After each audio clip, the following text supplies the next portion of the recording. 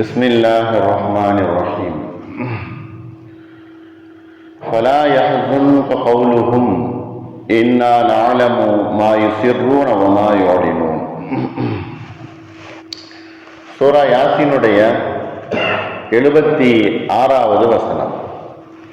யாசீன் சூராவினுடைய 76வது வசனத்தினுடைய விளக்கம். ஃபலா யஹ்ஸுன்க கௌலுஹும் இன்னா நஅலமு மா யுஸிர்ரூன வமா யுஅலினூன். ஃபலா யஹ்ஸுன்க கௌலுஹும், நபி அவர்களே, உங்களுக்கு அவர்களுடைய வார்த்தைகளும் அவர்களுடைய பேச்சுக்களும் உங்களுக்கு கவலையை ஏற்படுத்த வேண்டாம். ஃபலா யஹ்ஸுன்க கௌலுஹும், அவர்களுடைய பேச்சுக்களும் அவர்களுடைய வார்த்தைகளும் உங்களுக்கு கவலையை ஏற்படுத்த வேண்டாம். ஃபலா யஹ்ஸுன்க கௌலுஹும் இன்னா நஅலமு, நிச்சயமாக நாம் அறிந்திருக்கிறோம். இன்னா நஅலமு, நிச்சயமாக நாம் அறிந்திருக்கிறோம். மா யுஸிர்ரூன, அவர்கள் ரகசியமாக வைத்திருப்பதையும். மா யுஸிர்ரூன், அவர்கள் எதை ரகசியம் பாதுகாக்கிறார்களோ அதையும் நாம் அறிவோம். வமா யுஅலினூன், இன்னும் அவர்கள் எதை பகிரங்கப்படுத்துகிறார்களோ வெளிப்படுத்துகிறார்களோ அதையும் நாம் அறிவோம். இன்னா நஅலமு, நாம் அறிவோம், நிச்சயமாக நாம் அறிவோம். மா யுஸிர்ரூன வமா யுஅலினூன், அவர்கள் வெளிப்படுத்துவதையும் அவர்கள் வெளிப்படுத்தாமல் ரகசியமாக வைத்திருப்பதையும் நாம் அறிவோம். அப்ப இந்த ஆயத்தினுடைய சுருக்கமான கருத்து, நபியை பார்த்து அல்லாஹ் சொல்லுகிறான், காபிர்கள், அந்த முஷ்ரிக்குகள் உங்களை எது வேண்டாலும் பேசட்டும், ஆனால் நீங்கள் கவலைப்பட வேண்டாம், நீங்கள் அதற்காக வேண்டி வருத்தப்பட வேண்டாம். ஏனென்றால் அவர்களை பற்றி நமக்கு தெரியாமல் இல்லை. அவர்கள் வெளிப்படுத்தக்கூடியதையும் அவர்கள் மறைத்து வைத்திருக்கக்கூடியவர்களையும் மறைத்திருக்கக்கூடிய விஷயங்களையும் நாம் நிச்சயமாக நன்கு அறிவோம். ஆகையினால அவர்களுக்கு என்ன கிடைக்கும் என்பதை, என்ன கொடுக்க வேண்டும் என்பதை, என்ன தண்டனைக்கு உள்ளாக்க வேண்டும் என்பதை நாம் அறிந்திருக்கிறோம். ஆகையினால் அதை பற்றி நீங்க கவலைப்பட வேண்டாம். அவர்கள் பேசுவதை நீங்கள் பொறுப்பாக எடுத்துக்கொள்ள வேண்டாம், அவர்கள் பேசுவதை நீங்கள் பொருட்படுத்த வேண்டாம் என்பதாக அல்லாஹ் இந்த ஆயத்துல சொல்லி காட்டுகிறான். தன்னுடைய நபியை பார்த்து இந்த விஷயங்களை அல்லாஹ் சொல்லுகிறான். அல்லாஹ் தன்னுடைய நபிக்கு இந்த மாதிரி ஒரு ஆறுதலான விஷயத்தை சொல்லிட்டா நபிக்கு வேறொன்றும் தேவையில்லை. அல்லாஹ்வை முழுமையாக அவர்கள் ஏற்றுக்கொள்வார்கள்.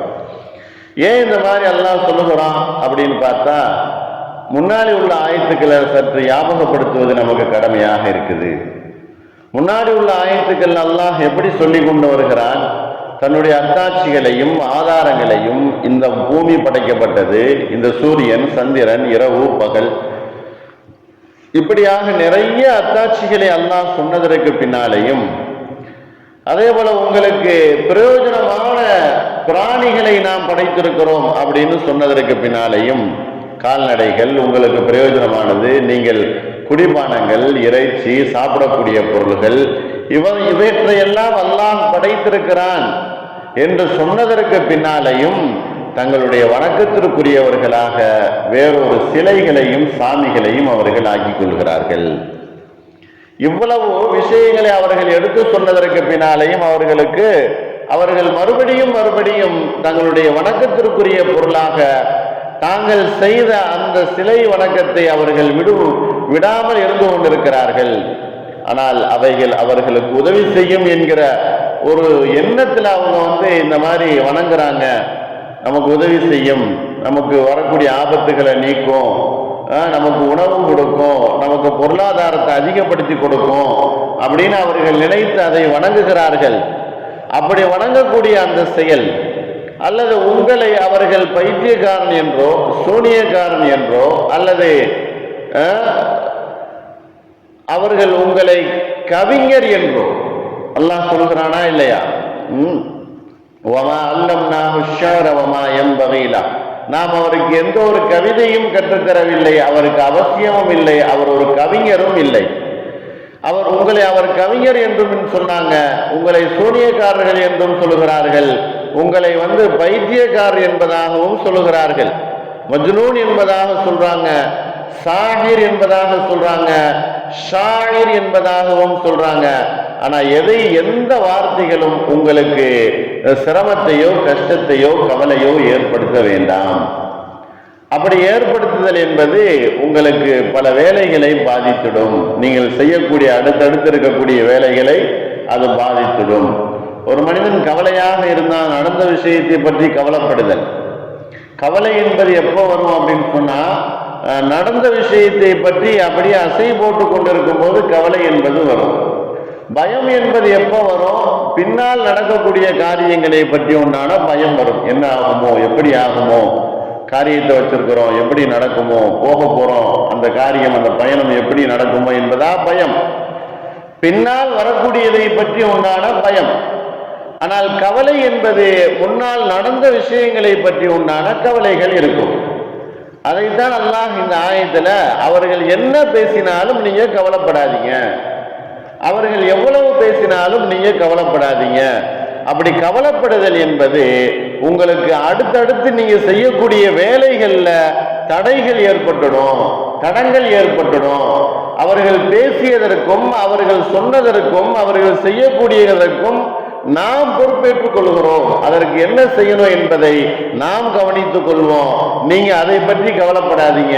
நீங்க கவலைப்பட்டு கொண்டிருந்தால் உங்களுடைய காரியங்கள்ல நீங்க செய்யக்கூடிய அடுத்தடுத்து நகர்ந்து போகக்கூடிய அந்த நிலைமைகள் பாதிச்சிடும், இல்லாமல் நின்று போகும். ஆகையினால நீங்கள் கவலைப்படாதீர்கள் என்பதாக அல்லாஹ் இந்த ஆயத்துல சொல்லி காட்டுகிறார். மனிதர்கள் பேச்சு அடுத்தவர்களுடைய உள்ளத்தை கவலைக்குள்ளாக்கக்கூடிய பேச்சாகத்தான் இருந்து கொண்டிருக்கும். ஆனால் அல்லாஹ் மற்றவர்களுக்கு அல்லாஹ் சொல்லுகிறானோ இல்லையோ, தன்னுடைய நபியை பார்த்து அல்லாஹ் சொல்லுகிறான், நீங்க கவலைப்படாதீங்க அப்படின்னு சொல்லுகிறான். என்ன காரணம்? ஏன் நபியை பார்த்து கவலைப்பட வேண்டாம் என்பதாக சொல்வதற்கு என்ன காரணம்? அந்த நபிக்கு இந்த சமூகத்தினுடைய இந்த மக்களுடைய பொறுப்பும் கடமையும் இருக்குது. அடுத்து அவர்களை நேர்வழியில கொண்டு போகக்கூடிய செயல்பாடுகள் அவர்களிடத்துல இருக்குது. அடுத்த கட்டத்துக்கு அவர்களை நகர்த்தி கொண்டு போகணும்.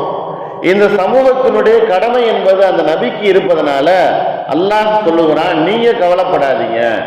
அவர்களுடைய சொற்கள், அவர்களுடைய வார்த்தைகள், அவர்கள் பேசக்கூடிய எந்த பேச்சாக இருந்தாலும் அதை பற்றி நீங்க கவலைப்பட்டு அமர்ந்து விடாதீர்கள். ஒருபோதும் உங்களுடைய உள்ளத்துல கவலைகள் ஏற்பட வேண்டாம். ஏன்?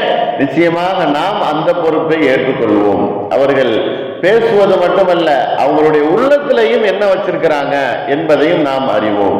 அவர்களுடைய உள்ளம் எதை சிந்தித்து கொண்டிருக்கு, ரகசியமாக என்ன செயல்கள் செய்கிறாங்க, என்ன திட்டங்கள் தீட்டுகிறார்கள், ரகசியமாக வெளிப்படையாக பேசக்கூடியது என்ன, ரகசியமாக உள்ளத்தில் வைத்திருப்பது என்ன என்பதை நிச்சயமாக நாம் அறிவோம். அப்ப நபி அவர்களுக்கு அல்லாஹ் அறிவித்தால் அதனுடைய ரகசியம் தெரியும். ஆனால் அறிவிக்காவிட்டால் நபி அவர்களுக்கு அதனுடைய ரகசியம் தெரியாது. ஆனால் அவர்கள் வெளியில பேசக்கூடிய எல்லா பேச்சுக்களையும் நபி ஸல்லல்லாஹு அலைஹி வஸல்லம் அவர்கள் உள்வாங்குவார்கள், அதை கேட்பார்கள். ஆனால் அல்லாஹ் இந்த வார்த்தையை சொன்னதனால அவர்கள் என்ன பேசினாலும் அதை அவர்கள் தட்டிவிட்டு கவலைக்குள்ளாகாமல் போய்கொண்டிருப்பார்கள். ஆகையினால ரகசியங்களையும் பராசியங்களையும் அறிந்தவன் அல்லாஹுவாக இருக்கிறான். அவன் அனைத்து காரியங்களையும் செயல்படுத்துவான். யார் என்ன பேசுகிறார்கள் என்பதை அல்லாஹ் நன்கு அறிந்தவனாக இருக்கிறான். உலகத்துல சர்வசாதாரணமாக இன்னைக்கு நன்மையான காரியங்களை ஏவக்கூடியவர்களை பற்றி எவ்வளவு ஏசுகள் பேசுகள் பேசப்படுகிறதா இல்லையா? அந்த பேச்சுக்களும் அல்லாஹுக்கு தெரிந்ததாகத்தான் இருக்குது. ஆகையினால நாம் எப்ப அல்லாஹுடைய பாதையில இந்த மாதிரி விஷயங்கள்ல இறங்கிட்டோமோ நிறைய ஏசுகள் பேச்சுக்கள் வரத்தான் செய்யும். அதை நாம் பொருட்படுத்தாமல் அடுத்த கட்ட வேலையில நாம் நகர்ந்து கொண்டே இருக்க வேண்டும். இது நம்முடைய கடமையாக இருக்குது என்பதை அல்லாஹ் இந்த ஆயத்துல நமக்கு படிப்பினையாக சொல்லி காட்டுகிறான். பேசக்கூடிய பேச்சுக்களை விட்டும் கவலைகளை விட்டும் அல்லாஹ் உயர்ந்த ஒரு இடத்தை அல்லாஹ் நமக்கு தந்தல் புரிவானாக. வாஹிர் தாவானா அல்ஹம்துலில்லாஹி ரப்பில் ஆலமீன். அஸ்ஸலாமு அலைக்கும் வரஹ்மத்துல்லாஹி வபரகாத்துஹு.